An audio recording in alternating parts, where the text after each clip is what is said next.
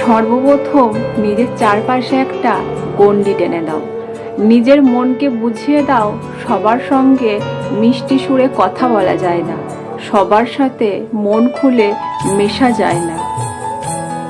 কয়েকজন ছাড়া কেউ তোমাকে মানসিক শান্তি দেবে না। 100 জনের মধ্যে যদি 2 জন তোমাকে মানসিক শান্তি দেয়, তাহলে ওই 2 জনের সঙ্গে মেলামেশা করো। বাকি 98 জনকে তোমার দরকার নেই, কারণ কাউকেই মানসিক যন্ত্রণা বয়ে আনার জন্য আপ্যায়ন করার দরকার নেই।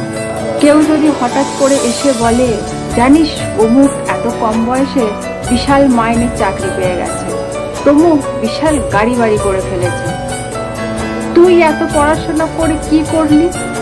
তখন নিজেকে প্রশ্ন করবে, তোমার শিক্ষা রুচি তোমাকে আজ কোন জায়গায় নিয়ে গেছে? তুমি কি দিনের শেষে নিজেকে এরকম ব্যক্তিত্ব সম্পন্ন মানুষ হিসেবে দেখতে চেয়েছিলে? সমস্ত প্রশ্নের উত্তর যদি হ্যাঁ হয়, তাহলে জানবে তোমার দীর্ঘদিন ধরে অর্জন করা শিক্ষা, রুচি, সুরুচি তোমাকে তোমার নিশানায় ঠিক একদিন পৌঁছে দেবে। গাড়ি বাড়ি টাকা পয়সার থেকে দিন শেষে সব থেকে বেশি দরকার একটা সুন্দর শিক্ষা, রুচি। দিন শেষে নিজেকে খুশি রাখতে চাইলে বহু জায়গা থেকে, বহু মানুষের থেকে মুখ ফিরিয়ে নিতে হবে, নইলে নিজেকে খুশি রাখা খুব কঠিন হয়ে পড়বে। জানেন তো, দিনের শেষে নিজেকে খুশি রাখাটাই সবচেয়ে বেশি ইম্পর্টেন্ট কাজ।